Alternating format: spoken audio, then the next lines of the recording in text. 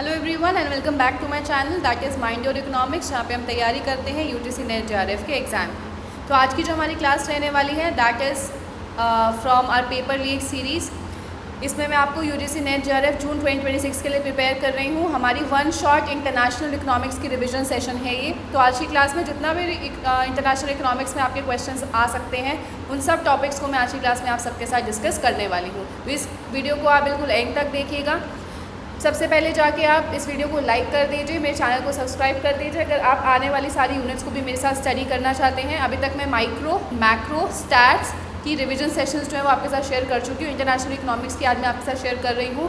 Then next जो आपका session रहने वाला है वो मैथमेटिकल इकोनॉमिक्स का रहने वाला है, जिसमें बच्चे बहुत ज़्यादा डिफिकल्टी फेस करते हैं। तो अगर आप मैथमेटिकल इकोनॉमिक्स की वीडियो भी मेरे साथ देखना चाहते हैं तो चैनल को जल्दी से जाकर सब्सक्राइब कर लीजिए ताकि आपको ये चैनल जो है वो मिस आउट ना हो जाए। ऑल राइट, तो आगे बढ़ते हैं।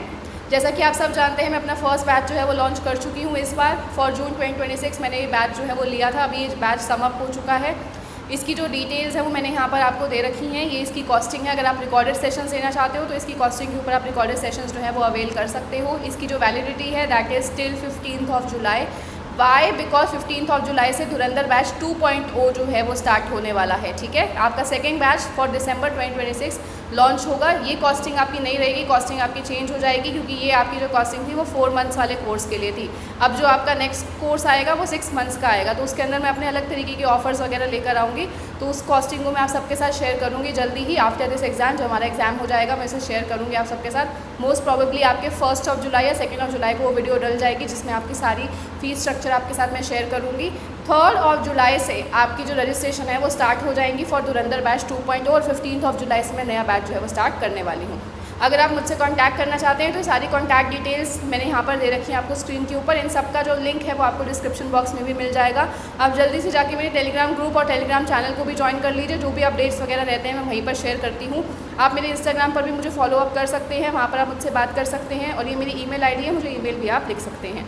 ऑलराइट, तो without wasting any further time let's move into the video. Okay, अब ये सारी चीज़ें आप देख रहे हैं। सबसे पहले जो मोस्ट इंपॉर्टेंट टॉपिक आपके पेपर के अंदर आता है that is international trade theories. ठीक है, तो ये सारी थ्योरीज जो है उसकी लिस्ट मैंने आपको लगा दी है। अगर आप इन डिटेल पढ़ना चाहते हो इन थ्योरीज़ को तो एक एक करके इस थ्योरी को पकड़िए और इन डिटेल जाकर आप गूगल पर सर्च करके पढ़िए या बुक में से आप सर्च करके पढ़िए। सैल्वाडोर आपकी बुक रहती है इसकी इंटरनेशनल इकोनॉमिक्स की, तो उसमें से जाके आप पढ़ सकते हैं सारी थ्योरीज़ को। सारी थ्योरीज उसके अंदर आपकी मोस्ट ऑफ द थ्योरीज जो है वो मेंशन है इसके अंदर। जो मेंशन नहीं है उसे आप गूगल पे जाके पढ़ सकते हैं।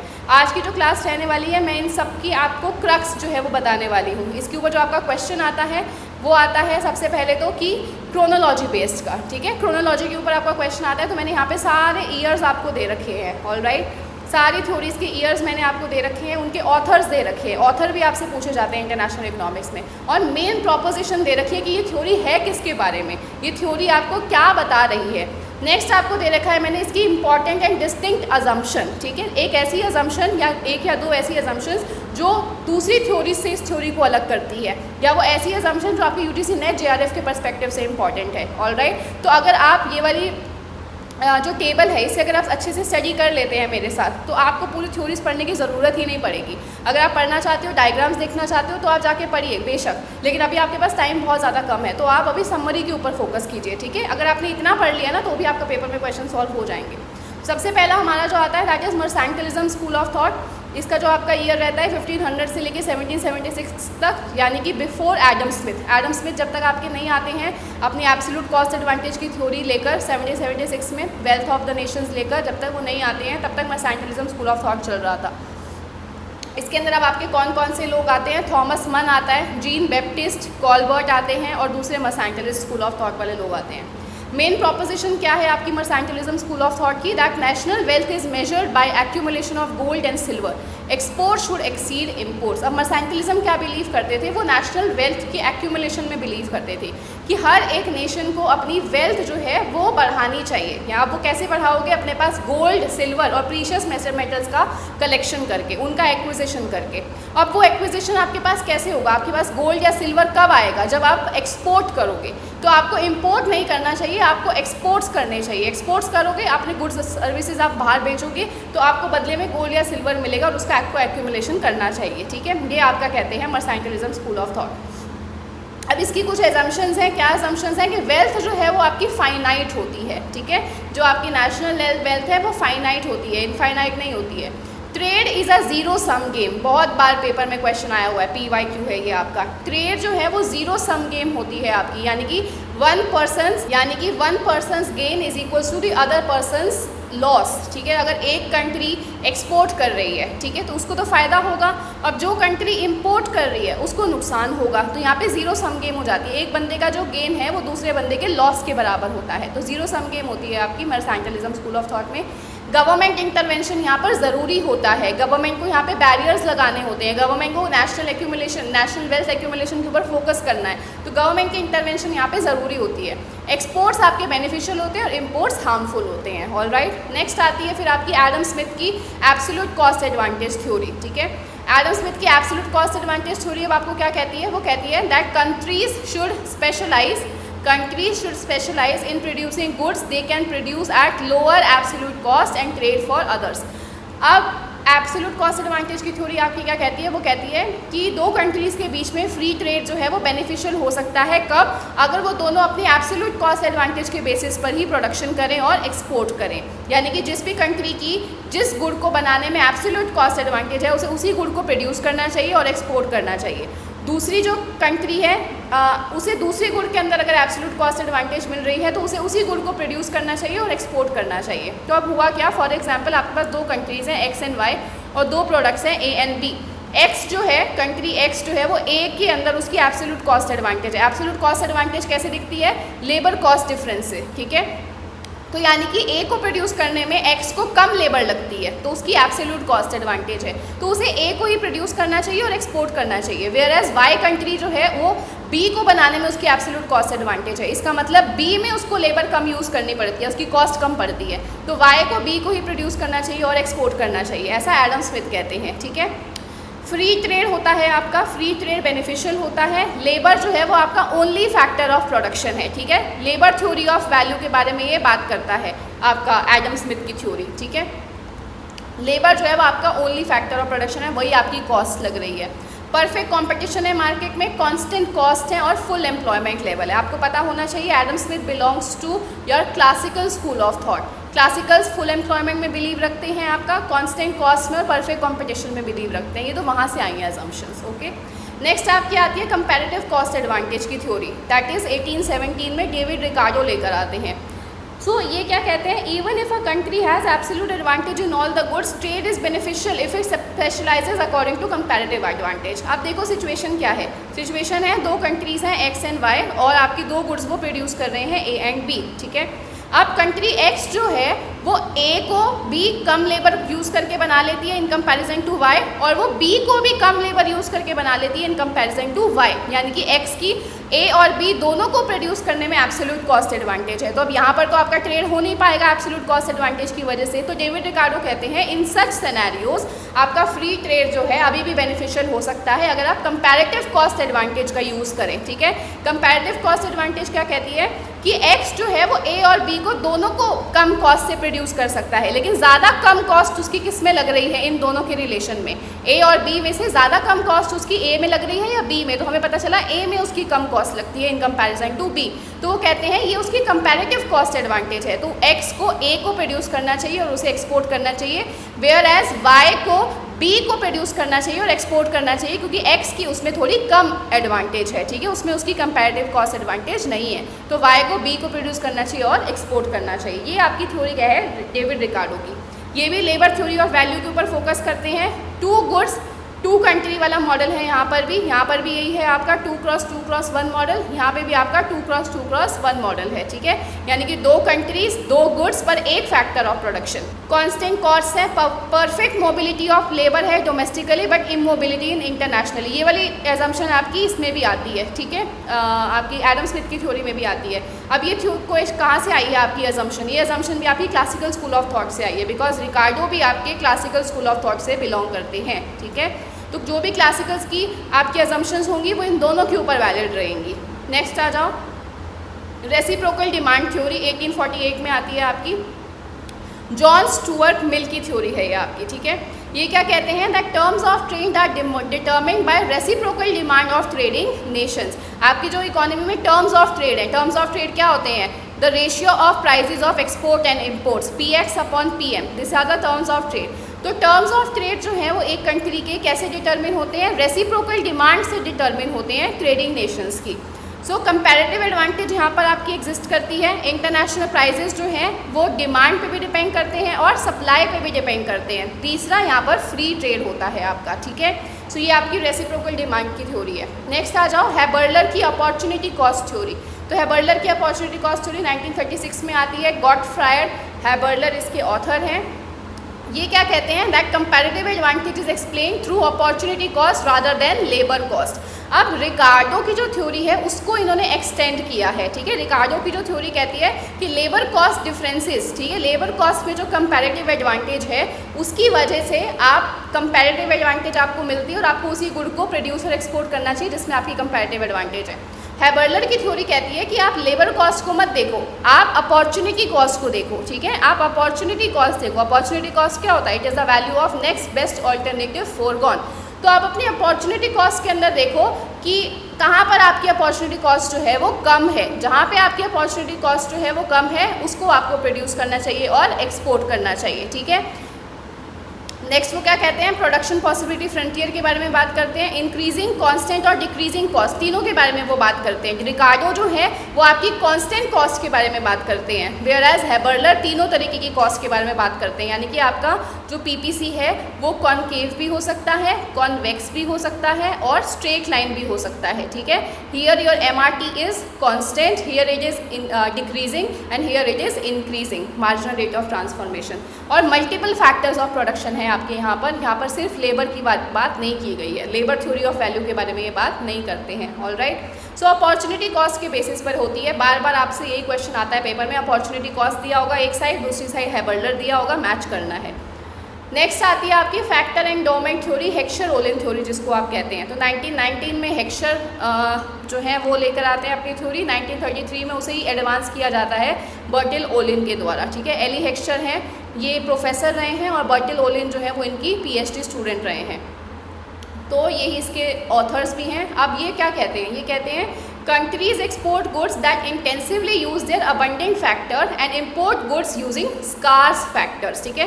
कंट्रीज़ जो है वो उन्हीं गुड्स को एक्सपोर्ट करती हैं जो इंटेंसिवली उनके अबंडेंट फैक्टर को यूज़ करती है और इम्पोर्ट उस गुड को करते हैं जो स्कार्स फैक्टर को यूज़ करती है। फॉर एग्जांपल एक कंट्री है X, इसके पास लेबर बहुत अबंडेंस में अवेलेबल है, तो ये कंट्री X जो है लेबर इंटेंसिव गुड को एक्सपोर्ट करेगी और प्रोड्यूस करेगी, ठीक है, प्रोड्यूस और एक्सपोर्ट करेगी। Labour intensive let's say good है आपकी A, तो गुड A को कंट्री X एक्सपोर्ट भी करेगी और एक्सपोर्ट भी करेगी और प्रोड्यूस भी करेगी।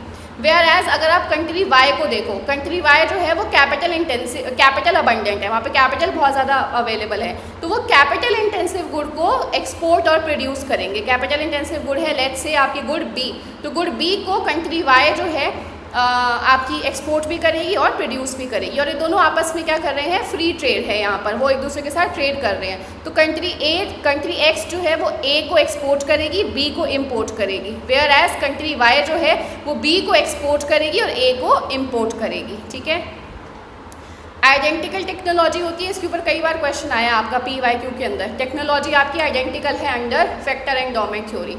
2 कंट्रीज 2 गुड्स एंड 2 फैक्टर्स हैं यहाँ पर। यहाँ से आपका मॉडल जो है वो चेंज हो रहा है, 2x2x2 मॉडल बन जाता है। 2 कंट्रीज 2 गुड्स और 2 factors of production. Factor immobility internationally और परफेक्ट कंपटीशन, ठीक है। तो परफेक्ट कंपटीशन भी है यहाँ पे और फैक्टर्स जो हैं वो इंटरनेशनली इमोबाइल हैं बट डोमेस्टिकली वो मोबाइल हैं। नेक्स्ट आपकी थ्योरी आती है फैक्टर प्राइस इक्वलाइजेशन की थ्योरी, ठीक है। फैक्टर प्राइस इक्वलाइजेशन की थ्योरी अब आपकी क्या कहती है, 1948 में आती है। पॉल सैमुएल्सन इस थ्योरी को लेकर आते हैं, ठीक है। ये क्या कहते हैं, free trade tends to equalise wages and returns to capital across countries. वो कहते हैं जब आपकी ये हेक्सर ओलिन थ्योरी का आपका एक्सटेंशन है फैक्टर प्राइस इक्वलाइजेशन थ्योरी। वो कहते हैं अगर आपकी इकोनॉमी में फ्री ट्रेड हो रहा है तो उस फ्री ट्रेड की वजह से क्या होगा, free trade as per the Heckscher Ohlin model, जिस तरीके से Heckscher Ohlin model free trade को समझते हैं, अगर वैसे फ्री ट्रेड होगा तो आपकी इकोनॉमी में इंटरनेशनली आपकी इकोनॉमीज के बीच में वेजेस और कैपिटल जो है वो इक्वलाइज हो जाएंगे। अब ये इक्वलाइज कैसे हो रहे हैं ये सोचो। आपकी इकोनॉमी, एक कंट्री है एक्स, ठीक है, एक्स आपकी कमोडिटी ए को एक्सपोर्ट कर रही है, ठीक है। आपकी दूसरी कंट्री है वाई, वो कमोडिटी बी को क्या कर रही है, एक्सपोर्ट कर रही है। ये एक्सपोर्ट कर रही है ए को, ये एक्सपोर्ट कर रही है बी को। अब होगा क्या, आपकी कंट्री एक्स जो है वो ए को क्यों एक्सपोर्ट कर रही है, क्योंकि वो लेबर अबंडेंट इकोनॉमी है, ठीक है, लेबर अबंडेंट है, इसका मतलब यहाँ पे वेजेस कम होंगी। ये वाई क्यों कर रही है बी को प्रोड्यूस और एक्सपोर्ट, क्योंकि ये कैपिटल अबंडेंट है। अगर ये कैपिटल अबंडेंट है इसका मतलब यहाँ पे रेंट क्या होगा, कम होगा। अब अगर इन कंट्रीज़ के बीच में फ्री ट्रेड होना शुरू हो जाए तो इवेंचुअली होगा क्या, ये जो वेजेस हैं आपकी इकोनॉमी के अंदर, आपकी वेजेस बढ़नी शुरू हो जाएंगी, ठीक है, इंटरनेशनली वेजेस बढ़नी शुरू हो जाएंगी। और ये जो रेट ऑफ इंटरेस्ट है ये भी आपकी इकोनॉमी के अंदर बढ़ना शुरू हो जाएगा फ्री ट्रेड के बाद। और इवेंचुअली होगा क्या, ये आपस में इक्वेट हो जाएंगे। जो वेज रेट आपके लेबर अबंडेंट इकोनॉमी में है वही वेज रेट आपकी कैपिटल अबंडेंट इकोनॉमी में होगा। जो रेट ऑफ इंटरेस्ट आपकी कैपिटल अबंडेंट इकोनॉमी में है वही आपका लेबर अबंडेंट इकोनॉमी में होगा। आपस में ये इक्वलाइज हो जाते हैं, ठीक है। चलो नेक्स्ट है हेक्सरोलिन के अजम्पशंस के ऊपर ये वर्क करता है। आइडेंटिकल टेक्नोलॉजीज हैं, यहाँ पर भी कोई ट्रांसपोर्टेशन कॉस्ट नहीं है, फ्री ट्रेड है, ओके। चलो नेक्स्ट आपकी आती है स्टोल्पर-सैमुएल्सन की थ्योरी। ये भी पेपर में कई बार पूछी हुई है स्टोल्पर-सैमुएल्सन की थ्योरी 1941 में आती है। वॉल्फगैंग स्टोल्पर एंड पॉल सैमुएल्सन की ये थ्योरी है। ये कहते हैं trade benefits owners of abundant factors and harms owners of scarce factors, ठीक है। वो कहते हैं अगर आपकी इकोनॉमी में ट्रेड हो रहा है, दो इकोनॉमीज़ के बीच में ट्रेड हो रहा है, तो उससे होता क्या है, जो आपके अबंडेंट फैक्टर वाले ओनर्स होते हैं उनको तो फ़ायदा होता है और जो स्कार्स फैक्टर्स वाले ओनर्स होते हैं उनको नुकसान होता है। फॉर एग्जाम्पल आपकी इकोनॉमी है एक्स, ठीक है, एक्स कंट्री है, ये लेबर अबंडेंट है, ठीक है, ये लेबर अबंडेंट है। तो ये कैसे गुड्स को एक्सपोर्ट करेंगे, ये लेबर इंटेंसिव गुड्स को एक्सपोर्ट करेंगे, ठीक है। अब वो कहते हैं अगर आपकी कंट्री एक्स लेबर अबंडेंट है और वो लेबर इंटेंसिव गुड यानी कि कमोडिटी ए को एक्सपोर्ट कर रहे हैं, तो जो ये लेबर को हैंडल करने वाले लोग हैं यानी कि जो लेबरर्स हैं, ठीक है, लेबरर्स को क्या होगा, फ़ायदा होगा, ये तो सारे बेनिफिट में रहेंगे। लेकिन जो कैपिटल ओनर्स हैं, जो ये स्कार्स कैपिटल है, यानी कि यहाँ पे लेबर अबंडेंट है तो कैपिटल स्कार्स होगी, कैपिटल कम अवेलेबल होगी, तो कैपिटल को ओन करने वाले लोग यानी कि कैपिटलिस्ट जो है वो वर्स ऑफ हो जाएंगे, ठीक है, यानी कि आपका रेट ऑफ इंटरेस्ट फॉल कर जाएगा और जो आपके वेजेस हैं मार्केट के अंदर वो बढ़ने शुरू हो जाएंगे। क्यों? क्योंकि इंटरनेशनली आपके प्रोडक्ट की डिमांड बढ़ रही है, आपके एक्सपोर्ट्स बढ़ रहे हैं और ज़्यादा से ज़्यादा एक्सपोर्ट करने के लिए आपको ज़्यादा से ज़्यादा लेबर की ज़रूरत पड़ेगी, तो आप ज़्यादा से ज़्यादा वेजेस उनको पे करने के लिए राज़ी रहोगे। तो ज़्यादा से ज़्यादा वेजेस पे करोगे तो वेजेस बढ़ेंगी, इसको फ़ायदा होगा लेबर क्लास को, और रेट ऑफ इंटरेस्ट आपका कम हो जाएगा, क्योंकि कैपिटल की तो डिमांड ही नहीं है मार्केट के अंदर, तो आपका रेट ऑफ इंटरेस्ट कम होगा, कैपिटलिस्ट को नुकसान होना शुरू हो जाएगा। तो यहाँ पे भी आपके 2 फैक्टर्स ऑफ प्रोडक्शन है, परफेक्ट कंपटीशन है, factor price link to commodity prices, ठीक है। कमोडिटी प्राइसेस जो है उसी से आपके फैक्टर प्राइसेस लिंक्ड है। अब देखो ये कैसे हैं, क्योंकि आपकी मार्केट के अंदर आपके एक्सपोर्ट्स की डिमांड बढ़ रही है, एक्सपोर्ट्स की डिमांड बढ़ेगी तो क्या होगा, इसका प्राइस बढ़ जाएगा, आपके प्राइस ऑफ कमोडिटी ए बढ़ना शुरू हो जाएगा। क्योंकि कमोडिटी ए का प्राइस बढ़ रहा है इसीलिए आपके वेजेस भी बढ़ने शुरू हो जाएंगे, क्योंकि इसकी डिमांड बढ़ रही है, डिमांड बढ़ने की वजह से आपको ज़्यादा लेबर की ज़रूरत पड़ेगी तो वेजेस बढ़ने शुरू हो जाएंगे। सिमिलरली क्योंकि आपके प्रोडक्ट बी की डिमांड कम है तो प्रोडक्ट बी का प्राइस जो है वो कम होना शुरू हो जाएगा। प्रोडक्ट बी का प्राइस कम तो रेट ऑफ इंटरेस्ट भी आपका कम हो जाएगा, क्योंकि अब बी की डिमांड नहीं है तो आपको कैपिटल की ज़रूरत नहीं पड़ेगी तो कैपिटल का प्राइस भी कम होना शुरू हो जाएगा, ठीक है। सप्लाई ज़्यादा है और डिमांड कम है, सो अकॉर्डिंगली आप देख सकते हो कि फैक्टर प्राइसेस जो है वो कमोडिटी प्राइसेस के साथ लिंक्ड होते हैं। इस पे काफ़ी बार क्वेश्चन आया हुआ है पेपर के अंदर। नेक्स्ट आपकी थ्योरी आती है Rybczynski's theorem, okay, give me a second. Next theory आती है आपकी रिब्जिंस्कीज़ थ्योरम, ये 1955 में थ्योरी आती है आपकी।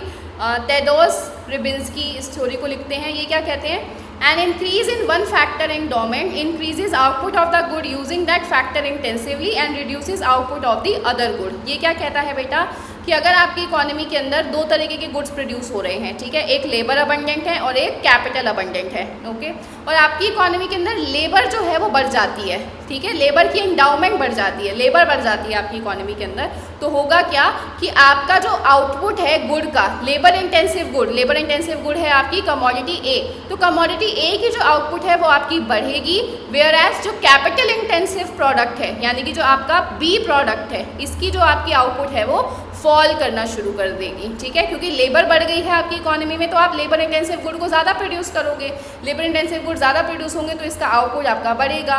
वेयरएज कैपिटल इंटेंसिव गुड की आपकी इतनी डिमांड नहीं है क्योंकि कैपिटल आपके पास कम है, तो इसकी जो प्रोडक्शन है वो कम होनी शुरू हो जाएगी। यहाँ से आप अपने फैक्टर्स को शिफ्ट कर दोगे दूसरे गुड की तरफ, इसीलिए आपकी प्रोडक्शन जो है वो बी की कम होनी शुरू हो जाएगी, ठीक है। ये भी फुल एम्प्लॉयमेंट में बिलीव करता है। कमोडिटी प्राइसेस आपके फिक्स्ड हैं, ये अज्यूम करके चलता है। 2 गुड्स और 2 फैक्टर फ्रेमवर्क है। यहाँ तक आपका 2x2x2 मॉडल ही चल रहा है। आपका हेक्सर-ओलियन से स्टार्ट हुआ था और रेबिन्स्कीज़ थ्योरम तक अभी तक यही वाला मॉडल चल रहा है। आगे चलते हैं। Theory of factor reversal, factor intensity reversal की थ्योरी आपकी 1950s में आती है। ये आपकी बहुत सारे इसके अंदर इकोनॉमिस्ट इंक्लूडेड है, नोटेबली सैमुअल्सन का नाम आता है यहाँ पर। A good may be labor intensive in one country but capital intensive in another, weakening HO prediction। जो हेक्सर-ओलियन की प्रिडिक्शंस हैं वो आपकी वीकन हो जाती हैं, ठीक है, वो कम हो जाती हैं आपकी, उसकी पावर, एक्सप्लेनेटरी पावर कम हो जाती है। क्यों? क्योंकि as per the factor intensity reversal theory एक गुड एक कंट्री के अंदर लेबर इंटेंसिव हो सकती है, वेयर एज वो दूसरी कंट्री के अंदर कैपिटल इंटेंसिव हो सकती है। फॉर एग्जांपल अगर मैं कार मैन्युफैक्चरिंग की बात कर रही हूँ तो अगर यूएस में कार मैन्युफैक्चर हो तो वहाँ पर आपकी जो कार मैन्युफैक्चरिंग है वो कैपिटल इंटेंसिव होगी, वहाँ पे कैपिटल का ज़्यादा यूज़ किया जाएगा। वेयर एज अगर हम इंडिया की बात करें, ऑल्दो इंडिया के अंदर आपकी मैन्युफैक्चरिंग बहुत कम होती है कार्स की, लेकिन फिर भी अगर एग्जांपल के लिए देखें, अगर इंडिया में कार मैन्युफैक्चर हो रही है तो वो लेबर इंटेंसिव होगी क्योंकि लेबर का ज़्यादा यूज़ किया जाएगा उसकी मैन्युफैक्चरिंग के अंदर। Why? Because India is a labour abundant economy and US is a capital abundant economy. तो सेम प्रोडक्ट है, एक प्रोडक्ट जो है उसकी फैक्टर इंटेंसिटी चेंज हो रही है, वो रिवर्सल हो रही है। एक कंट्री में तो वो कैपिटल इंटेंसिव है, दूसरी कंट्री में वो लेबर इंटेंसिव है, तो आपकी जो हेक्सर-ओलियन की प्रेडिक्शंस है वो यहाँ पर फेल हो जाती है।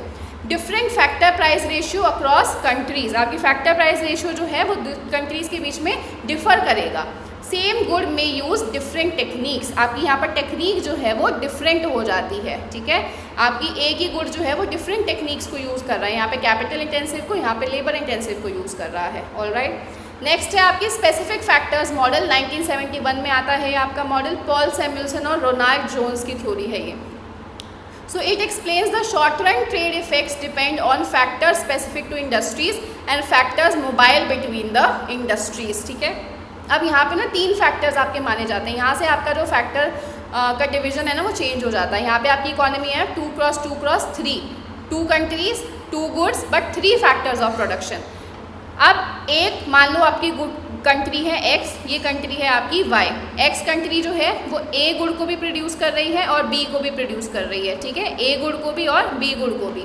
A गुड को बनाने में आपकी कैपिटल लगती है और लेबर लगती है, बी गुड के अंदर आपकी लैंड लगती है और लेबर लगती है, यानी कि capital is a specific factor to commodity A, land is a specific factor to commodity B, लेकिन लेबर जो है वो मोबाइल फैक्टर है बिटवीन दीज 2 रीजन्स, ठीक है। आपकी लेबर और लेबर जो है वो लैंड आपकी बी को प्रोड्यूस करने में भी यूज़ हो रही है और ए को प्रोड्यूस करने में भी यूज़ हो रही है, यानी कि ये इंटरचेंजेबली यूज़ की जा सकती है। जहाँ पे उसे ज़्यादा वेजेस मिलेंगी वहाँ पर वो शिफ्ट कर जाएगा। ऑलराइट, तो अब ये क्या कहते हैं, जब आपकी इकोनॉमीज़ के बीच में ट्रेड होता है तो जिस भी कंट्री को, जिस भी कमोडिटी को आप एक्सपोर्ट कर रहे हो, ठीक है, जिस भी कमोडिटी को आप एक्सपोर्ट कर रहे हो उससे जो स्पेसिफिक फैक्टर है आपका, उसके ओनर्स को बेनिफिट होता है, ठीक है। यानी कि अगर आप कमोडिटी ए को एक्सपोर्ट करोगे तो कमोडिटी ए को एक्सपोर्ट करने पे जो आपका कैपिटलिस्ट है उसको बेनिफिट होगा और जो दूसरी कमोडिटी में लैंड ओनर है उसको लॉस हो जाएगा, ठीक है। जो लैंड ओनर्स हैं उसको, land is a specific factor of commodity B, जो कमोडिटी बी में यूज़ हो रहा है, तो इसलिए लैंड जो है, लैंड ओनर्स जो हैं उनको नुकसान हो जाएगा अगर आप ए को एक्सपोर्ट करोगे। ए को एक्सपोर्ट करने पे कैपिटलिस्ट को फ़ायदा है, लैंड ओनर्स को नुकसान है, लेकिन लेबर जो है उसके ऊपर इम्पैक्ट एम्बिगुअस रहता है, जहाँ पे भी उसे ज़्यादा वेजेस मिलेंगे वो वहाँ पर शिफ्ट कर जाएगा, ठीक है। तो यहाँ पर लेबर के ऊपर, मोबाइल फैक्टर के ऊपर तो एम्बिगुअस इफेक्ट होता है, जो आपका दूसरी कमोडिटी है, जो इंपोर्ट वाली कमोडिटी है, उसके लिए जो स्पेसिफिक आपका लैंड ओनर है उसको नुकसान हो जाएगा और जो कैपिटलिस्ट है which is specific to commodity A, जिसे आप एक्सपोर्ट कर रहे हो, उसे बेनिफिट हो जाएगा, ठीक है। तो यहाँ पे मान के चलते हैं लेबर जो है वो अक्रॉस द सेक्टर्स मोबाइल होती है, कैपिटल लैंड जो है वो सेक्टर स्पेसिफिक होते हैं और शॉर्ट रन पर्सपेक्टिव है ये आपका, ठीक है। शॉर्ट रन ट्रेड इफेक्ट्स हैं ये आपके, लॉन्ग रन इफेक्ट्स नहीं है। ऑल राइट, नेक्स्ट आपका आता है लियोंटिफ का पैराडॉक्स। बहुत इंपॉर्टेंट है आपके पेपर के लिए, कई बार पेपर में पूछा हुआ है। अब जितनी भी थ्योरीज मैं आपको पढ़ा रही हूँ ना, ये सारी पेपर में पूछी गई हैं। कोई भी ऐसी थ्योरी नहीं मैंने आपको पढ़ाई है अभी तक, और आगे ऐसी कोई थ्योरी नहीं पढ़ाऊंगी जो पेपर में नहीं पूछी गई। सारी पेपर में पूछी गई हैं आपसे, ऑलराइट। किसी भी फॉर्म में वो पूछी गई हो, चाहे वो आपसे असर्शन रीजनिंग में पूछी गई, या स्टेटमेंट बेस में पूछी गई, या क्रोनोलॉजी में पूछी गई, या ऑथर और थ्योरी को मैच करने में पूछी गई, लेकिन पूछी गई हैं ये सारी थ्योरीज, ठीक है। चलो नेक्स्ट आता है आपका लियोंटिफ का पैराडॉक्स। लियोंटिफ का पैराडॉक्स आता है 1953 के अंदर, वेस्ली लियोंटिफ इसको लिखते हैं। अब उन्होंने क्या किया है, Leontief paradox is a criticism for HO theory, Heckscher Ohlin theory का क्रिटिसिज्म है।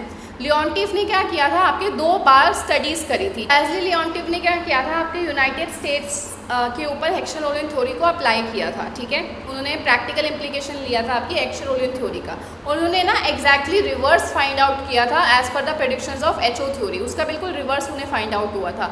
जैसे एचओ थ्योरी क्या कहती है, वो कहती है अगर आप लेबर अबंडेंट हो तो आप लेबर इंटेंसिव गुड को एक्सपोर्ट करोगे, ठीक है। अगर आप लेबर अबंडेंट हो तो लेबर इंटेंसिव गुड को आप एक्सपोर्ट करोगे। अगर आप कैपिटल इंटेंसिव हो तो आप कैपिटल अबंडेंट हो तो आप कैपिटल इंटेंसिव गुड को एक्सपोर्ट करोगे, ये एचओ थ्योरी कहती है। वेयर एज लियोंटिफ ने जब स्टडी किया तो लियोंटिफ ने क्या फाइंड आउट किया on the data of US in both the studies, आपकी 1953 में भी और 1956 में भी, कि जो आपकी लेबर इंटेंसिव कंट्रीज़ हैं, लेबर अबंडेंट कंट्रीज़ हैं, वो कैपिटल इंटेंसिव को एक्सपोर्ट कर रही हैं, और जो आपकी कैपिटल अबंडेंट इकोनॉमी है वो लेबर इंटेंसिव को एक्सपोर्ट कर रही है, यानी कि बिल्कुल उल्टा। अब उन्होंने क्या स्टडी किया था कि यूएस जो है वो एक कैपिटल इंटेंसिव है, एक कैपिटल इंटेंसिव इकोनॉमी है, और उन्होंने ये फाइंड आउट किया था कि उसके जो एक्सपोर्ट्स हैं वो ज़्यादा लेबर इंटेंसिव हैं, ओके। ये उनका रिजल्ट था जिसकी वजह से हम ये इम्प्लीकेशन निकाल सकते हैं, alright. So based on the empirical input output analysis, ये भी पेपर में कई बार पूछा जाता है आपसे, इनपुट आउटपुट एनालिसिस किसने दिया है, लियोंटिफ का आपका मॉडल है ये, ठीक है। नेक्स्ट आपका आता है मेट्जलर पैराडॉक्स। 1949 के अंदर लियोर्ड मेट्जलर इस थ्योरी को लिखते हैं। So under certain conditions tariffs में lower domestic prices of imports instead of raising them. तो वो कहते हैं कुछ ऐसी कंडीशंस आपकी होती हैं जिन कंडीशंस के रहते हुए अगर आप टैरिफ लगा देते हो दूसरी कंट्री के ऊपर, अगर आप अपने इम्पोर्ट्स के ऊपर टैरिफ्स लगा देते हो तो आपके डोमेस्टिक प्राइजेज जो है इम्पोर्ट्स के वो कम हो जाते हैं रादर देन रेजिंग देम, ठीक है। कुछ कंडीशंस अगर आपकी वैलिड हो जाए तो उन कंडीशंस के अंदर, अब वो कंडीशंस क्या है वो भी हम पढ़ेंगे, ठीक है। कुछ कंडीशंस के अंदर अगर आप इंपोर्ट्स के ऊपर टैरिफ लगा देते हो तो यूजुअली क्या होता है, टैरिफ क्यों लगाया जाता है, ताकि इंपोर्ट्स का प्राइस बढ़ जाए, ठीक है। लेकिन वो कहते हैं कुछ ऐसी कंडीशंस होती हैं जब इंपोर्ट्स का प्राइस आपका बढ़ेगा नहीं, रादर इंपोर्ट्स का प्राइस और ज़्यादा कम हो जाएगा, तो आपके टर्म्स ऑफ ट्रेड जो है वो और ज़्यादा वेरी करना शुरू कर देंगे, ठीक है। तो वो कंडीशंस क्या हैं, कंडीशंस हैं extremely high foreign offer elasticity, ठीक है। तो आपकी जो फॉरेन ऑफर कर्व होता है, जो दूसरी कंट्री का ऑफर कर्व है, अगर वो बहुत ज़्यादा हाईली इलास्टिक हो तो इन दैट केस आपका जो टैरिफ्स हैं वो डोमेस्टिक प्राइसेस ऑफ इंपोर्ट्स को बढ़ाने की जगह और कम कर देगा। ये मेट्जलर पैराडॉक्स है। आगे चलते हैं। प्रेबिश सिंगर हाइपोथेसिस। प्रेबिश सिंगर हाइपोथेसिस 1950 में आती है। रॉल प्रेबिश, हैंस सिंगर इसको लिखते हैं। ये क्या कहते हैं, that terms of trade for primary commodities exporters deteriorate over time relative to manufactured goods exporters. तो ये बात करते हैं कि आपके जो भी कंट्रीज़ प्राइमरी गुड्स को एक्सपोर्ट करती हैं, ठीक है, प्राइमरी गुड्स को जो भी आपकी कंट्रीज़ एक्सपोर्ट करती हैं उनका term of trade over the time period deteriorate करना शुरू कर देता है, ठीक है। क्योंकि प्राइमरी कमोडिटीज़ कैसी होती हैं, these are income inelastic. अब आपकी इनकम कितनी भी बढ़ जाए, आप खाना थोड़ी ना एक्स्ट्रा खाने लग जाओगे। अगर आप की इनकम आज 10,000 से 50,000 हो जाए तो अगर आप आज 2 रोटी खाते हो तो हो सकता है कल आप 3 रोटी खा लो, 4 खा लो, 50 थोड़े ना खाने लग जाओगे, ठीक है। तो इनकम इनइलास्टिक होती है आपकी प्राइमरी कमोडिटीज़। इसलिए प्राइमरी कमोडिटीज़ की जो एक्सपोर्टर कंट्रीज़ होती हैं उनका टर्म ऑफ ट्रेड, उनका price of export upon price of import यानी कि PX upon PM, terms of trade उनका डेटीरियोरेट करता रहता है। और जो मैन्युफैक्चर्ड गुड के एक्सपोर्टर्स होते हैं यानी कि ऐसे कंट्रीज़ जो मैन्युफैक्चर्ड गुड्स को एक्सपोर्ट करती हैं उनका जो टर्म्स ऑफ ट्रेड होता है वो बेटर होता रहता है, ठीक है। तो यही आपका कहते हैं प्रेबिश सिंगर की हाइपोथेसिस। वो कहते हैं कि अगर आप प्राइमरी गुड को एक्सपोर्ट कर रहे हो तो आपका terms of trade over the time period fall करेगा, अगर आप मैन्युफैक्चर्ड गुड्स को एक्सपोर्ट कर रहे हो तो over the period of time आपका टर्म्स ऑफ ट्रेड जो है वो बेटर होगा। So income elasticity of demand differs between primary and manufactured goods. Structural inequalities की वजह से ऐसा होता है, ठीक है। अब प्राइमरी कमोडिटीज़ को कौन एक्सपोर्ट करती हैं? आपकी डेवलपिंग कंट्रीज़, ठीक है। और मैन्युफैक्चर्ड गुड्स को कौन करती हैं? Develop countries. तो अगर हम इनडायरेक्टली देखें, वो कहना चाहते हैं जो डेवलपिंग कंट्रीज़ हैं उनके terms of trade over the period of time वो फॉल करते हैं, और जो डेवलप्ड कंट्रीज़ हैं उनके terms of trade over the period of time बढ़ते हैं। नेक्स्ट आती है आपकी गुन्नार मिडल की theory, circular cumulative causation theory, 1957 में गुन्नार मिडल इसको लिखते हैं। तो ये थ्योरी क्या कहती है?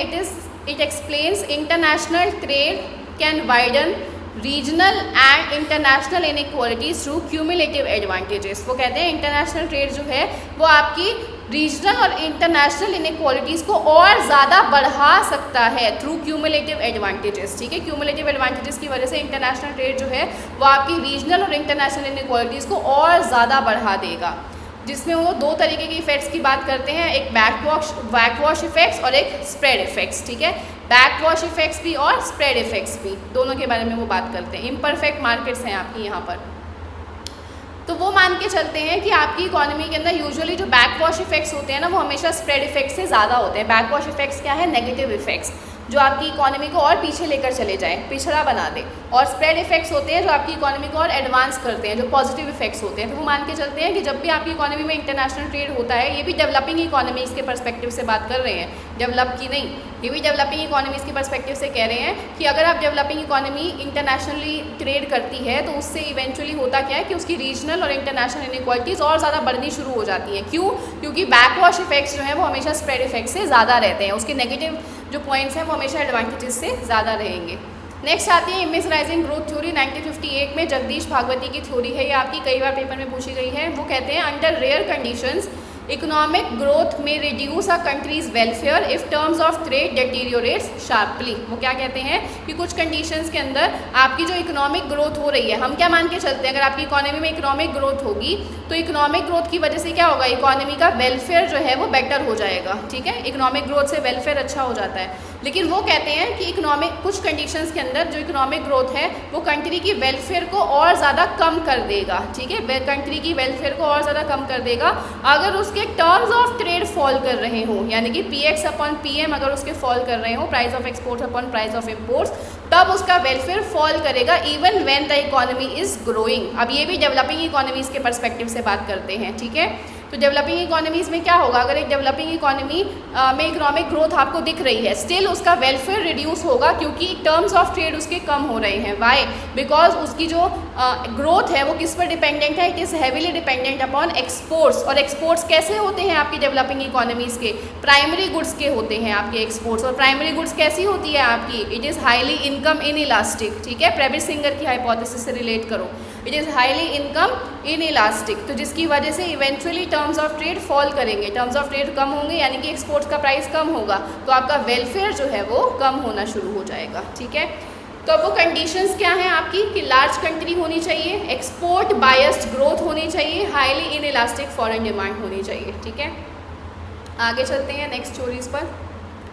लिंडर की थ्योरी ऑफ ओवरलैपिंग डिमांड 1961 में आती है आपकी ये थ्योरी। ये क्या कहते हैं? स्टेफन बर्नस्टम लिंडर इसके ऑथर हैं। It says that countries with similar income levels trade more in manufactured goods because consumers have similar preferences. अगर दो कंट्रीज़ की हम बात करें, दो कंट्रीज़ क्या हैं? कैपिटल इंटेंसिव है। एक कंट्री है आपकी A, एक कंट्री है B, दोनों ही कैपिटल इंटेंसिव हैं और ये दोनों ही एक दूसरे से कैपिटल इंटेंसिव गुड्स को क्या कर रहे हैं? इम्पोर्ट कर रहे हैं, ठीक है। ये इसको एक्सपोर्ट कर रहा है और ये भी इसको एक्सपोर्ट कर रहा है, वो कमोडिटी, सेम कमोडिटीज़। अब ऐसा क्यों है? क्योंकि इन दोनों के अंदर जो कंज्यूमर्स है, कंज्यूमर्स की डिमांड और प्रेफरेंसेस काफ़ी सिमिलर हैं, क्योंकि उनकी इनकम लेवल सेम है, प्रेफरेंसेस सेम है, तो इनके बीच में ट्रेड बढ़ना शुरू हो जाता है। तो अलाइक अभी तक हमने क्या पढ़ा? अभी तक हमने पढ़ा जो डिफरेंट टाइप ऑफ कंट्रीज़ होती हैं वो आपस में ट्रेड करती हैं, ठीक है। तो लिंडर की जो थ्योरी है वो आपकी HO थ्योरी का क्या बन जाती है? एक कॉन्ट्राडिक्शन बन जाती है। जैसे आपका लियोन्टिफ कॉन्ट्राडिक्शन है, वैसे ही लिंडर की जो थ्योरी है वो भी आपकी कॉन्ट्राडिक्शन है HO थ्योरी की। HO थ्योरी कहती है अगर आपकी फैक्टर अबंडेंस डिफर करेगी तभी आप आपस में ट्रेड करोगे, लेकिन ये थ्योरी कहती है अगर आपकी फैक्टर अबंडेंस सेम भी है तो भी आप आपस में ट्रेड करते हो। वाई? बिकॉज कंज्यूमर्स की प्रेफरेंसेस सेम है, कंज्यूमर्स का इनकम लेवल सेम है, कंज्यूमर्स की डिमांड पैटर्न सेम है, okay. So demand conditions derive trade, demand की क्या कंडीशंस है वही आपकी इकोनॉमी में ट्रेड को डिराइव करेगा। आपकी पर कैपिटा इनकम सेम है जिसकी वजह से ओवरलैपिंग डिमांड होती है। ओवरलैपिंग डिमांड क्या है, यानी कि ऐसी डिमांड जो आपकी इकोनॉमी के अंदर गुड्स ऑलरेडी प्रोड्यूस हो रहे हैं लेकिन आप फिर भी बाहर से उसको कंज्यूम कर रहे हो, बाहर से आप उसको खरीद रहे हो, this is overlapping demand. Next है आपका प्रोडक्ट साइकिल थ्योरी, बहुत बार पेपर में आती है आपके, 1966 में आपकी थ्योरी आती है। इसके अंदर आपकी कुछ स्टेजेस पूछी गई हैं, ठीक है। जो प्रोडक्ट साइकिल थ्योरी की स्टेजेस हैं वो मैंने यहाँ पर आपको नहीं दे रखी है, बट मैं मेंशन कर रही हूँ कि इसको पढ़ के ज़रूर चले जाना, पेपर में काफ़ी बार क्वेश्चन आता है आपसे, ठीक है। प्रोडक्ट साइकिल थ्योरी की स्टेजेस को पढ़ के जाना। तो ये रेमंड वर्नॉन ने थ्योरी आपकी दे रखी है। It explains that production location shifts internationally as product move from innovation to maturity and standardisation. यही आपकी सारी स्टेजेस हैं, पहले इनोवेशन होती है, देन मैच्योरिटी स्टेज में पहुंचता है, फिर स्टैंडर्डाइजेशन होता है उसका, ठीक है। 5 स्टेजेस हैं आपकी in total product cycle theory में। तो ये क्या कहते हैं कि आपकी इकोनॉमी एक कमोडिटी जो है वो आपकी एक कंट्री में इनोवेट की जाती है, ठीक है। जैसे फॉर एग्जांपल एक जापान में कमोडिटी जो है वो इनोवेट की गई, कमोडिटी एक्स, जापान ने उसको इनोवेट कर दिया। अब धीरे धीरे क्या होता है कि जापान इसको एक्सपोर्ट करेगा, जब इसने इसको प्रोड्यूस किया है, इनोवेट किया है, तो ये इसको एक्सपोर्ट करेगा, ठीक है। बट इवेंचुअली होता क्या है कि ये एक्स को किस तरीके से बनाया गया है, उसके स्पिल ओवर इफेक्ट्स दूसरी कंट्रीज़ में चले जाते हैं। अब जापान क्या है, आपकी डेवलप्ड कंट्री है। अब धीरे धीरे ओवर द टाइम पीरियड ये जो टेक्नोलॉजी है वो शिफ्ट हो जाती है किसके ऊपर, डेवलपिंग कंट्रीज़ में। डेवलपिंग कंट्रीज़ के अंदर ऐसी टेक्नोलॉजी बननी शुरू हो जाती है और वो कमोडिटी एक्स को एक्सपोर्ट करना शुरू कर देते हैं और जापान इसको डेवलपिंग कंट्री से इंपोर्ट करना शुरू कर देता है, ठीक है। तो ये आपकी प्रोडक्ट साइकिल थ्योरी है कि एक प्रोडक्ट जो है वो एक कंट्री के अंदर पहले इनोवेट हुआ है और इवेंचुअली वो कंट्री उसे इम्पोर्ट करेगी, ठीक है। Over a period of time वो उसे इंपोर्ट करेगी जब वो प्रोडक्ट स्टैंडर्डाइज हो जाएगा, जब वो स्टैंडर्डाइज हो जाएगा, जब हर कोई उस प्रोडक्ट को बनाना शुरू कर देगा, ऑलराइट। तो टेक्नोलॉजिकल इनोवेशन जो है वो एडवांस कंट्री में शुरू होती है, टेक्नोलॉजी जो है वो डिफ्यूज़ करती है over the period of time, spill over करती है over the period of time, ठीक है। नेक्स्ट है आपकी डॉन बुश की ओवरशूटिंग मॉडल की थ्योरी, तो 1976 में आती है ये। रूडिगर डॉन बुश इस थ्योरी को लिखते हैं दैट एक्सचेंज रेट्स में temporarily overshoot their long run equilibrium following monetary shocks. अगर आपकी इकोनॉमी में कोई मॉनेटरी शॉक आता है तो उस मॉनेटरी शॉक की वजह से एक्सचेंज रेट जो है वो शॉर्ट रन के अंदर ओवरशूट कर सकता है, शॉर्ट रन के अंदर वो इंक्रीज कर सकता है, यानी कि डेप्रिसिएशन हो सकता है आपकी एक्सचेंज रेट के अंदर, but in the long run वो फिर से अपनी इक्विलिब्रियम लेवल के ऊपर ही आ जाएगा, ठीक है। तो क्यों ऐसा होता है, क्योंकि आपके प्राइजेस स्टिकी होते हैं शॉर्ट रन के अंदर, परफेक्ट कैपिटल मोबिलिटी होती है और रैशनल एक्सपेक्टेशंस होती हैं, ठीक है। ये ध्यान रखना है आपको। आगे चलते हैं। नेक्स्ट आती है आपकी ग्रेविटी मॉडल। ग्रेविटी मॉडल पे भी बहुत क्वेश्चन आते हैं पेपर में। 1962 में आती है, जैन टिम्बर्जन इस थ्योरी को लिखते हैं। सो वो क्या कहते हैं that trade between two countries is positively related to their economic size and negatively related to distance. अब इसका मतलब क्या है, दो चीज़ों के ऊपर बात करती है ये थ्योरी, एक तो साइज़ के ऊपर, साइज़ ऑफ द इकोनॉमी, और दूसरे के ऊपर बात करती है वो डिस्टेंस बिटवीन द इकोनॉमीज, ठीक है। तो कंट्रीज़ के बीच में जितना कम डिस्टेंस होगा उतना ज़्यादा ट्रेड, और उन कंट्रीज़ का साइज़ जितना ज़्यादा बड़ा होगा उतना ज़्यादा उनके बीच में ट्रेड, ठीक है। यानी कि जितना ज़्यादा साइज़ होगा, जितनी ज़्यादा पॉपुलेशन होगी कंट्रीज़ के बीच में, उतना ही ज़्यादा वो आपस में ट्रेड करेंगे, और जितना कम उनके बीच में डिस्टेंस होगा उतना ज़्यादा वो ट्रेड करेंगे। तो नेगेटिवली रिलेटेड है डिस्टेंस के साथ, बट पॉजिटिवली रिलेटेड है इकोनॉमिक साइज के साथ। तो लार्जर इकोनॉमीज ट्रेड मोर, जितनी बड़ी इकोनॉमी होगी उतना ज़्यादा वहाँ पर ट्रेड होगा। Distance proxies transport and information cost, वो कहते हैं जितना ज़्यादा डिस्टेंस होता है कंट्रीज़ के बीच में उतना ज़्यादा इन्फॉर्मेशन कॉस्ट बढ़ती है, कम्युनिकेशन कॉस्ट बढ़ती है, ट्रांसपोर्टेशन कॉस्ट बढ़ती है, इसलिए वो आपस में ट्रेड नहीं करते। तो जो कंट्रीज़ की जोग्राफिकल बाउंड्रीज एक दूसरे से जुड़ी हुई होती है उनके साथ बीच में ट्रेड ज़्यादा होता है, क्योंकि वो ट्रांसपोर्टेशन कॉस्ट बचती है, इन्फॉर्मेशन कॉस्ट बचती है, कम्युनिकेशन कॉस्ट बचती है, ठीक है। फिर आती है आपकी न्यू ट्रेड थ्योरी, बहुत इंपॉर्टेंट है, कई बार पेपर में आई है। 1979-1985 के बीच में इसमें पॉल क्रूगमैन का नाम सबसे पहले आता है, फिर अविनाश दीक्षित और लोगों का नाम आता है यहाँ पर आपका, लेकिन जो मेन न्यू ट्रेड थ्योरी है वो पॉल क्रूगमैन की थ्योरी है, ठीक है। तो trade can arise among similar countries due to economies of scale, product differentiation and imperfect competition, ठीक है। अगर आपकी इकोनॉमीज के बीच में इम्परफेक्ट कंपटीशन है, परफेक्ट कंपटीशन नहीं है, इम्परफेक्ट है, मोनोपोली है या मोनोपोलिस्टिक कंपटीशन है, प्रोडक्ट डिफरेंशिएशन है, यानी कि मोनोपोलिस्टिक कंपटीशन है, मोनोपोलिस्टिक कंपटीशन है, प्रोडक्ट डिफरेंशिएशन है आपका थोड़ा सा, इकोनॉमीज ऑफ स्केल आपके पास है, इकोनॉमीज ऑफ स्केल के बेनिफिट्स आपके पास हैं, तो सिमिलर कंट्रीज़ के बीच में ट्रेड हो सकता है। इंक्रीजिंग रिटर्न्स टू स्केल के बारे में ये बात करता है, मोनोपोलिस्टिक कंपटीशन और कंज्यूमर प्रेफरेंस जो है वो वेरी कर सकते हैं। ऑलराइट, तो इसी के साथ आपकी सारी की सारी जो इंटरनेशनल ट्रेड की थ्योरीज हैं वो मैंने कंप्लीट करवा दी हैं। इसको आप रिवाइज कीजिएगा, एक बार आप स्टेजेस देख लीजिएगा प्रोडक्ट साइकिल हाइपोथेसिस का, बाकी सब आपका कंप्लीटेड है। ऑलराइट, नेक्स्ट आपको थ्योरीज आती हैं बीओपी के ऊपर, ठीक है। बीओपी की थ्योरीज आपको पूछी जाती है बैलेंस ऑफ पेमेंट की। तो सबसे पहले आपकी आती है इलास्टिसिटी अप्रोच। 1920s 1930s में अल्फ्रेड मार्शल, अब्बा लर्नर और जॉन रॉबिन्सन की थ्योरी। अब वो क्या कहते हैं, मार्शल लर्नर कंडीशन आपकी देते हैं, ठीक है। मार्शल लर्नर कंडीशन क्या कहती है, that a country's BOP can be corrected through exchange rate changes if export and import demand elasticities are sufficiently high. So Marshall Lerner condition क्या कहता है, अगर आपके BOP के अंदर डेफिसिट है, उस BOP डेफिसिट को, डेफिसिट का मतलब क्या है, आपके BOP में डेफिसिट का मतलब क्या हुआ कि आपके एक आउटफ्लोज जो हैं वो ज़्यादा है इन कंपैरिजन टू इनफ्लोज, ठीक है। आउटफ्लोज ज़्यादा है इन कंपैरिजन टू इनफ्लोज। तो वो कहते हैं अगर आप अपनी करेंसी को डेप्रिशिएट कर देते हो, ठीक है, डेप्रिसिएशन से क्या होगा, एक्सपोर्ट आपका बढ़ेगा यानी कि इनफ्लो बढ़ेगा, इम्पोर्ट्स आपके कम हो जाएंगे यानी कि आउटफ्लो कम हो जाएगा, ठीक है। तो ये सिर्फ तभी आपका वैलिड हो सकता है, डेप्रिसिएशन की वजह से आपकी ये जो ट्रेड डेफिसिट है ये तभी करेक्ट हो सकता है अगर आपकी एक्सपोर्ट इलास्टिसिटी और इम्पोर्ट इलास्टिसिटी का सम मोर देन 1 हो। ये आपकी मार्शल लर्नर कंडीशन है। ऑलराइट, नेक्स्ट आती है आपकी एब्जॉर्प्शन अप्रोच। 1952 में सिडनी अलेक्जेंडर इस थ्योरी को लेकर आते हैं। वो क्या कहते हैं, that BOP depends on the relationship between national income and domestic expenditure. वो कहते हैं बीओपी जो है, बैलेंस ऑफ पेमेंट जो है, वो किस पे डिपेंड करता है, depends upon the relationship between the national income and it's domestic expenditure. Expenditure को वो एब्जॉर्प्शन कहते हैं, ठीक है। और surplus arises when output exceeds absorption. वो कहते हैं जब आपका आउटपुट एब्जॉर्प्शन से ज़्यादा हो जाता है, अगर आपका आउटपुट एब्जॉर्प्शन से ज़्यादा हो जाता है तो आपका जो बीओपी है वो सरप्लस में हो जाता है, ठीक है। यहाँ पे वो कंडीशन देते हैं ये वाली, B is equals to Y minus A, this is B is equals to Y minus A. अब B क्या है आपका, ये ट्रेड सरप्लस है, this is export minus imports, ठीक है, वाई माइनस ए। तो ये वाली वैल्यू जो है आपकी बैलेंस, ये सरप्लस में कब होगी, जब आपका नेशनल आउटपुट एब्जॉर्प्शन से ज़्यादा हो जाए, एक्सपेंडिचर से ज़्यादा हो जाए। और ये डेफिसिट में कब होगी, जब आपका ये इनकम लेवल जो है वो एब्जॉर्प्शन से कम हो जाए। और बैलेंस में कब होगा ये आपका, जब इनकम और एब्जॉर्प्शन आपस में बराबर हो जाए, ठीक है।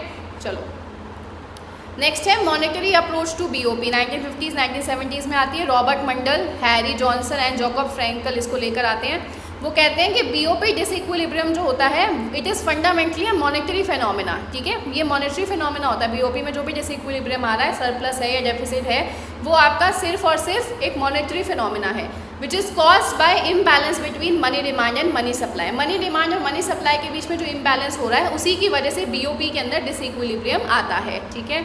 नेक्स्ट है आपकी portfolio approach. Portfolio balance approach कब आती है, ये James Tobin, William Branson, Pentti Kouri इसको लेकर आते हैं 1970s के अंदर। So BOP and exchange rates are determined by investors allocation of wealth among domestic money, domestic bonds and foreign assets, ठीक है। तो बीओपी और एक्सचेंज रेट्स जो हैं वो कैसे डिटर्मिन होते हैं, वो आपकी इन्वेस्टर की एलोकेशन ऑफ वेल्थ के ऊपर डिपेंड करते हैं कि वो अपनी वेल्थ को कैसे एलोकेट कर रहे हैं between domestic money supply, between bonds and foreign assets. कैसे कितना पैसा वो इन रिस्पेक्टिव आपके पोर्टफोलियो एवेन्यूज़ के अंदर लगा रहे हैं, उसी से डिटर्मिन होगा कि आपके बीओपी और एक्सचेंज रेट की वैल्यूज़ क्या रहेंगी, ठीक है। फिर आते हैं आपके intertemporal approach to BOP. Early 1980s में आता है। मॉरिस ऑब्सफेल्ड और केनेथ रोगॉफ इसको लेकर आते हैं।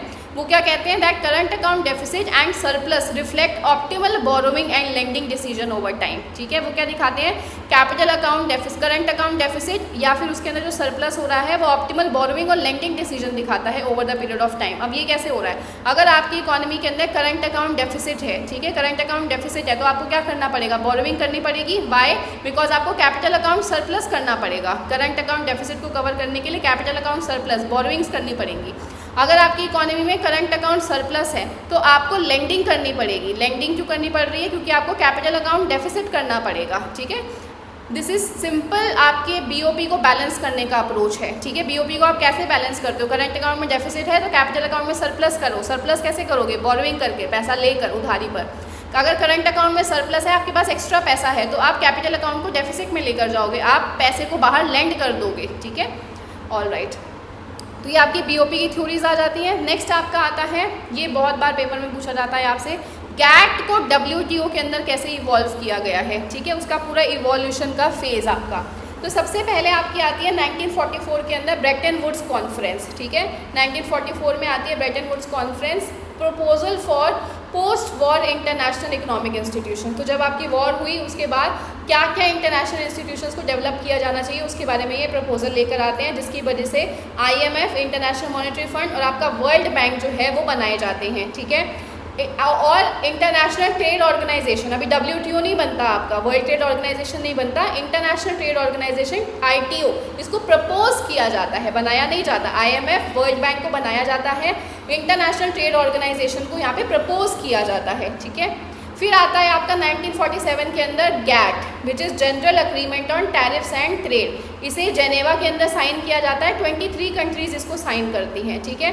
सो GATT established as a multilateral agreement to reduce tariff and promote trade. तो अब आपका ITO तो एस्टैब्लिश नहीं होता, उसकी जगह पे एक अग्रीमेंट आता है 23 कंट्रीज जिसको साइन करती हैं जेनेवा के अंदर। वो अग्रीमेंट क्या कहता है, ये एक मल्टीलेटरल अग्रीमेंट है आपका, डिफरेंट कंट्रीज़ के बीच में ये अग्रीमेंट है कि टैरिफ्स को रिड्यूस किया जाएगा और ट्रेड को प्रमोट किया जाएगा, ठीक है। फिर 1948 के अंदर आपका हवाना चार्टर आता है, जो इंटेंट करता है कि हमें ITO को एस्टैब्लिश करना है, बट ITO आपका कभी भी नहीं बनाया जाता है, ठीक है।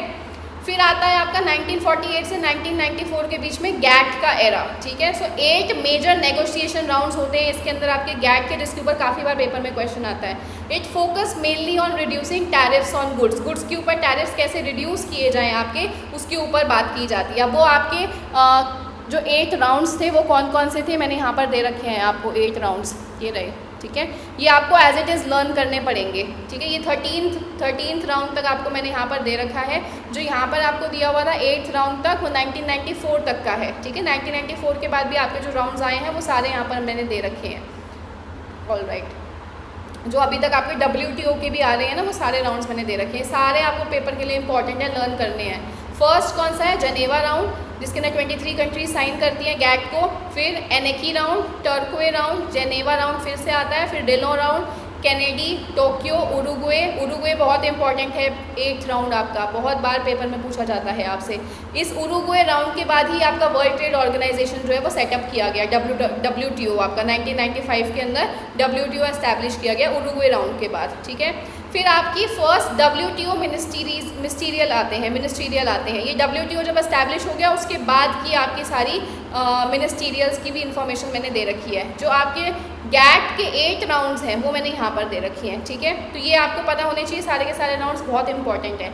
फिर फर्स्ट आपकी जो WTO मिनिस्टीरियल आती है वो सिंगापुर में, सेकंड जेनेवा में, फिर Seattle, Doha, Cancun, Hong Kong, Geneva, Bali, Nairobi, Buenos Aires, Geneva and Abu Dhabi में। लेटेस्ट जो आपकी हुई है वो आबू धाबी में हो रखी है, ऑल राइट। तो ये सारा आपको पता होना चाहिए भाई, बहुत ज़्यादा इंपॉर्टेंट है आपके लिए, ओके। सारे को क्रोनोलॉजी वाइज लर्न कर लो, पेपर में पूछा जाता है आपसे, ओके।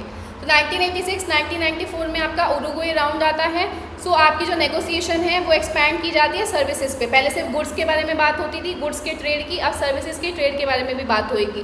इंटेलेक्चुअल प्रॉपर्टी राइट को भी यहाँ पर सिक्योर किया जाएगा। एग्रीकल्चर पे बात की गई, टेक्सटाइल्स के ऊपर और डिस्प्यूट सेटलमेंट के ऊपर बात की गई। इसीलिए आपकी पूरी ट्रांजिशन हुआ और WTO आपका बनाया गया, ठीक है। सो अप्रैल 1994 के अंदर माराकेश अग्रीमेंट आपका साइन होता है WTO के लिए। तो अग्रीमेंट आपका ये ऐसा अग्रीमेंट है जो WTO को अडॉप्ट करने के लिए बनाया जाता है, ठीक है। तो आपका GATT से आप WTO की तरफ मूव कर जाते हो। 1995 में आपका WTO जो है वो एस्टैब्लिश किया जाता है और एक सक्सेसर ऑर्गेनाइजेशन बनता है GATT के लिए। तो ध्यान रखो, GATT ऑर्गेनाइजेशन नहीं थी, वो एक अग्रीमेंट था। उसको फिर माराकेश अग्रीमेंट के दौरान उसको WTO के अंदर ट्रांसफ़र किया गया। WTO आपकी पूरी ऑर्गेनाइजेशन बनी फिर, ओके। अब WTO ने GATT को क्यों रिप्लेस किया था बेटा? क्योंकि पहले आपका कोई फॉर्मल ऑर्गेनाइजेशन नहीं था, वो सिर्फ एक अग्रीमेंट था GATT, ठीक है। अब WTO जो है वो आपका पूरा एक इंटरनेशनल ऑर्गेनाइजेशन बना। ये सिर्फ गुड्स के बारे में बात करता था, ये गुड्स, सर्विसेज, इंटेलेक्चुअल प्रॉपर्टी सबके बारे में बात करने लगा। डिस्प्यूट सेटलमेंट सिस्टम इसके अंदर कोई भी अवेलेबल नहीं था। यहाँ पे आपका पूरी डिस्प्यूट सेटलमेंट बॉडी आपकी बनाई गई। यहाँ पे बहुत सारे आपके लूप होल्स और एग्जेम्पशंस थे। यहाँ पर आपके प्रॉपर ट्रेड रूल्स बनाए गए। यहाँ पे आपका इंस्टीट्यूशनल स्ट्रक्चर लिमिटेड था। यहाँ पे आपकी पूरा प्रॉपर इंस्टीट्यूशनल स्ट्रक्चर बनाया गया, एडमिनिस्ट्रेटिव सेटअप पूरा किया गया। इसकी वजह से मिनिस्टीरियल कॉन्फ्रेंस होने लग गई, जनरल काउंसिल हुई और स्पेशलाइज्ड काउंसिल भी बनाने लग गए। एग्रीकल्चर और टेक्सटाइल्स को इंक्लूड नहीं किया गया था, यहाँ पे आपके एग्रीकल्चर और टेक्सटाइल और बहुत सारे अलग सेक्टर्स को भी इंक्लूड किया गया WTO के अंदर, ठीक है। ओके, तो ये मेजर डिफरेंस मैंने दे रखा है, अब सब मैं आपको बता ही चुकी हूँ, इसको आप रीड करके देख सकते हैं। तो कौन कौन से आपके आउटकम्स निकल कर आए उरुग्वे राउंड के, ठीक है, जिसकी वजह से WTO बनाया गया। तो इंस्टीट्यूशन को बिल्ड करने के बारे में बात की गई, WTO को। सर्विसेज के लिए आपका आया general agreements on trade in services. Intellectual property के लिए आया trade related aspects of intellectual property rights, trips. Investment के लिए आपका आया trade related investment measures, TRIMS. Agriculture के लिए आया आपका रूल्स आए एग्रीकल्चर के लिए। टेक्सटाइल्स के ऊपर आया आपका डिस्प्यूट सेटलमेंट बॉडी आपकी बनाई गई। मार्केट एक्सेस को और ज़्यादा इम्प्रूव किया गया यहाँ पर, ठीक है। ये राउंड्स मैं ऑलरेडी आपको बता चुकी हूँ। नेक्स्ट है आपका IMF के ऊपर भी काफ़ी क्वेश्चंस आते हैं पेपर में। सो IMF की फुल फॉर्म क्या है? International monetary fund. 1944 के अंदर ये एस्टैब्लिश किया जाता है आपका ब्रेटन वुड्स कॉन्फ्रेंस के बाद। 1945 में ऑपरेशंस में आता है। इसकी जो हेड क्वार्टर्स हैं वो वॉशिंगटन DC में है। 190 प्लस कंट्रीज इसकी मेंबर हैं। इसका पर्पस क्या है? इंटरनेशनल मॉनेटरी कोऑपरेशन को बना के रखना और एक्सचेंज रेट स्टेबिलिटी को मेंटेन करना, ठीक है। एक्सचेंज रेट स्टेबिलिटी और इंटरनेशनल मॉनेटरी कोऑपरेशन को बनाना, ऑलराइट। तो एक्सचेंज रेट स्टेबिलिटी पे फोकस करता है। BOP एडजस्टमेंट के ऊपर फोकस करता है। इंटरनेशनल ट्रेड को प्रमोट करता है। मल्टीलेटरल पेमेंट सिस्टम और इंटरनेशनल मॉनेटरी कोऑपरेशन पे ये ध्यान देता है। अब IMF के क्या क्या फंक्शंस हैं? सर्वेलेंस है कि पूरा ध्यान रखता है मॉनेटरी सिस्टम पे। लेंडिंग प्रोवाइड करता है, टेक्निकल असिस्टेंस प्रोवाइड करता है, कैपेसिटी बिल्डिंग करता है और रिसर्च के ऊपर फोकस करता है, ठीक है। ये सब ध्यान रखना है, पेपर में पूछ सकते हैं। अब IMF की कुछ आपकी लेंडिंग फैसिलिटीज़ हैं जो पेपर में पूछी जा सकती हैं। सबसे पहले आपकी stand by arrangement, short term BOP problems को ये स्टडी करता है। Extended fund facility, long term structural issues के ऊपर ये फोकस करता है। Poverty reduction and growth trust, ये लो इनकम कंट्रीज़ को असिस्टेंस देने में प्रोवाइड करते हैं। रैपिड फाइनेंसिंग इंस्ट्रूमेंट आपका इमरजेंसी असिस्टेंस के लिए आपको यूज़ किया जाता है। और फ्लेक्सिबल क्रेडिट लाइन आपका crisis prevention for strong economies के लिए यूज़ किया जाता है। तो ये पेपर के लिए बहुत ज़्यादा इंपॉर्टेंट है। जैसे जैसे आपका पेपर और एडवांस हो रहा है ये पूछा जा सकता है आपके पेपर के अंदर, ठीक है, ऑलराइट।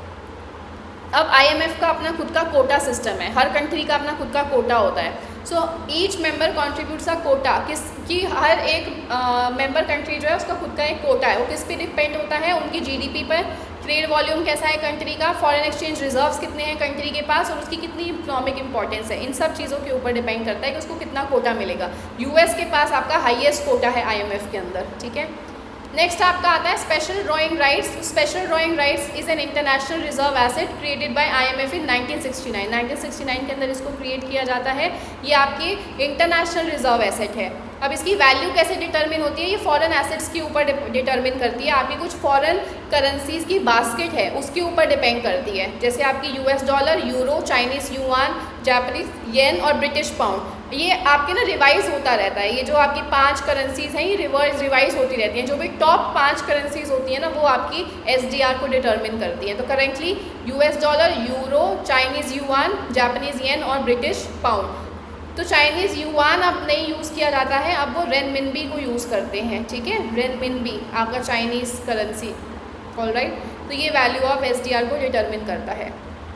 आगे चलते हैं वर्ल्ड बैंक के ऊपर, इस पर भी क्वेश्चन आता है। तो वर्ल्ड बैंक एक इकलौता आपका इंस्टीट्यूट नहीं है, उसके अंदर आपके मल्टीपल 5 इंस्टीट्यूट्स आते हैं, ठीक है। वर्ल्ड बैंक ग्रुप जिसको हम कहते हैं, वर्ल्ड बैंक एक ऑर्गेनाइजेशन नहीं है, वर्ल्ड बैंक ग्रुप है जिसके अंदर 5 ऑर्गेनाइजेशंस आती हैं, ठीक है। 1944 में एस्टैब्लिश होता है वॉशिंगटन DC के अंदर आपका international bank for reconstruction and development. तो जो मैं 5 बॉडीज़ कह रही हूँ वर्ल्ड बैंक ग्रुप की, उसमें से सबसे पहली जो एस्टैब्लिश होती है 1944 में, that is IBRD, international bank for reconstruction and development, ठीक है, IBRD आपका। तो ये किस लिए क्रिएट किया गया था? आपका मेन गोल है इसका economic development and poverty reduction. Poverty reduction और इकोनॉमिक डेवलपमेंट के ऊपर ये फोकस करता है आपका। सो इसका शिफ्ट किसके ऊपर आया है? आपका development finance, poverty reduction, infrastructure creation और ह्यूमन कैपिटल डेवलपमेंट के ऊपर ये फोकस करता है। IBRD का मेन सोर्स क्या है? इंटरनेशनल कैपिटल मार्केट्स, ठीक है। ये किसको लेंड करते हैं? ये मिडिल इनकम कंट्रीज़ को लेंड करता है IBRD। नेक्स्ट आपका आता है IDA, ठीक है। IDA 1960 के अंदर आपका बनाया जाता है। इसका इंटरेस्ट वेरी लो से 0 तक होता है। ये किसको देता है लोन्स? ये कंसेशनल लोन्स देता है पुअरेस्ट कंट्रीज़ को। ओके, फिर आता है आपका IFC 1956 में, ये किसको देता है लोन? प्राइवेट सेक्टर डेवलपमेंट के लिए लोन देता है। फिर आता है आपका मीगा 1988 के अंदर, ये पॉलिटिकल रिस्क इंश्योरेंस के लिए आपका लोन देता है। ठीक है, फिर आपका आता है ICSID 1966 के अंदर, ये इन्वेस्टमेंट डिस्प्यूट्स को सेटल करने के ऊपर फोकस करता है। ठीक है, तो ये सारे इनके पर्पसेस आपको ध्यान रखने हैं, पेपर में पूछे जा सकते हैं आपसे। मेजर फंक्शंस क्या है? इंफ्रास्ट्रक्चर फाइनेंस प्रोवाइड करता है, poverty reduction, education, health, environment protection, institutional reforms के ऊपर ये फोकस करता है आपका। ठीक है, फिर आता है आपका WTO, तो 1995 में एस्टैब्लिश होता है। आफ्टर GATT 1947 में आपका GATT जो general agreement on trade and tariff के ऊपर आता है, टैरिफ एंड ट्रेड के ऊपर आता है 1947 में, उसको रिप्लेस करता है ये 1995 में। जेनेवा का इसके हेडक्वार्टर्स जेनेवा में है। अच्छा, आपके इसके भी हेडक्वार्टर्स, वर्ल्ड बैंक के भी हेडक्वार्टर्स आपके वाशिंगटन DC में है और IMF के भी वाशिंगटन DC में है, वेयरएज WTO का जो है वो जेनेवा में है। इसके मेंबर्स हैं 160+ कंट्रीज़ इसके मेंबर्स हैं। इसका लीगल बेसिस क्या है? माराकेश एग्रीमेंट जो 1994 में बना था। PYQ है आपका, पूछा गया है ये।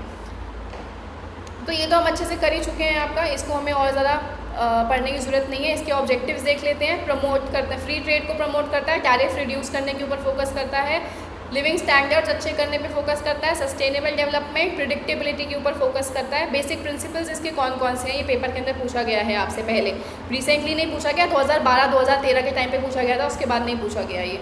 मोस्ट फेवर्ड नेशन आपका कॉन्सेप्ट होता है, national treatment, trade liberalisation, transparency और फेयर कॉम्पिटिशन, इन ये सारे इसके प्रिंसिपल्स हैं WTO के। ओके, ये सारे अग्रीमेंट्स हम पढ़ चुके हैं।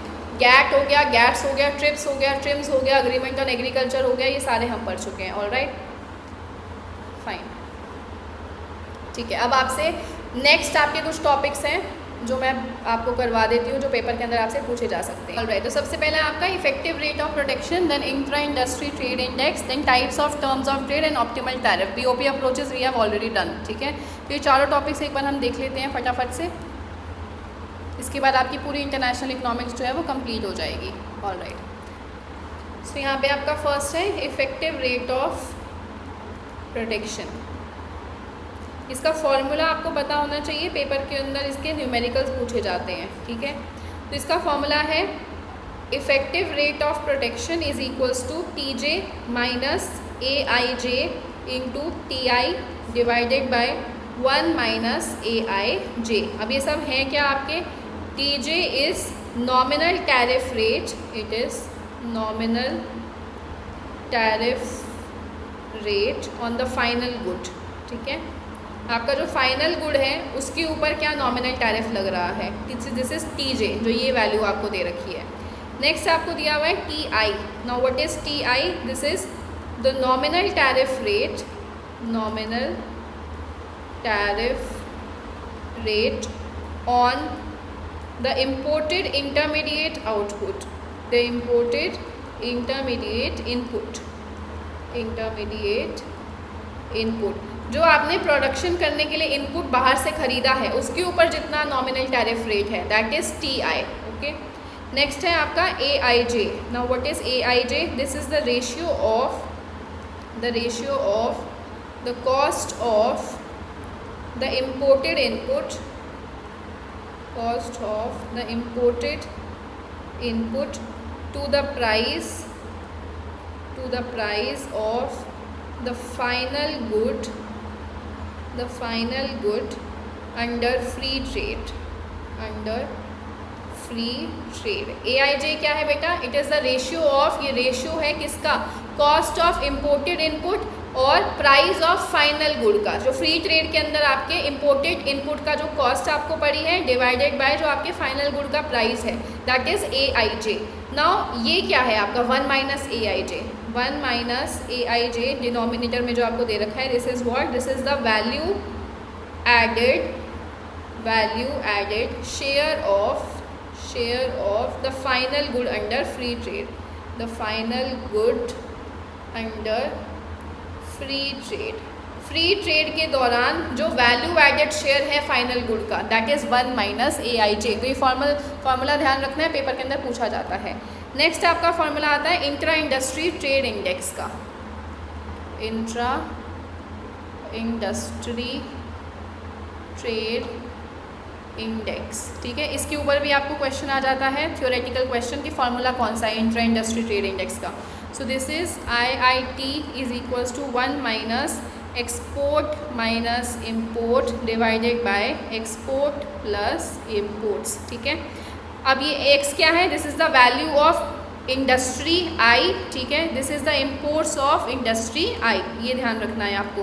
और XI माइनस MI क्या है, this is the difference between export and imports of industry I, and XI plus MI क्या है, this is the summation of exports and imports of industry I। तो यहाँ पे आप लिख लो XI क्या है आपके एक्सपोर्ट्स हैं और MI क्या है आपके इम्पोर्ट्स हैं। ये आपका simple intra industry trade index आ जाता है। ऑलराइट, नेक्स्ट आपका थर्ड आता है ऑप्टिमम टैरिफ। इसका फॉर्मूला भी आप लिख लो, ये भी आपके पेपर के अंदर पूछा जाता है। Optimum tariff, optimum tariff this is 1 upon E minus 1। Now what is E? E is point elasticity, point elasticity of foreign countries offer curve, foreign countries offer curve. Foreign country का जो offer curve है उसकी point elasticity is E, ठीक है। सो 1 upon E minus F, E minus 1 क्या है आपका optimum tariff है। नेक्स्ट आपका आता है types of terms of trade. इसके ऊपर भी आपके कई क्वेश्चंस पूछे जाते हैं पेपर के अंदर। Types of terms of trade, ठीक है।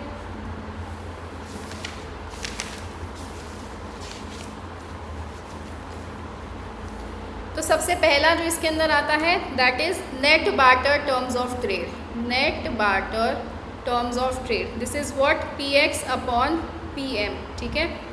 फिर B आपका आता है second, this is gross barter terms of trade, this is what, this is QM upon QX। PX upon PM क्या है, price of exports upon price of imports.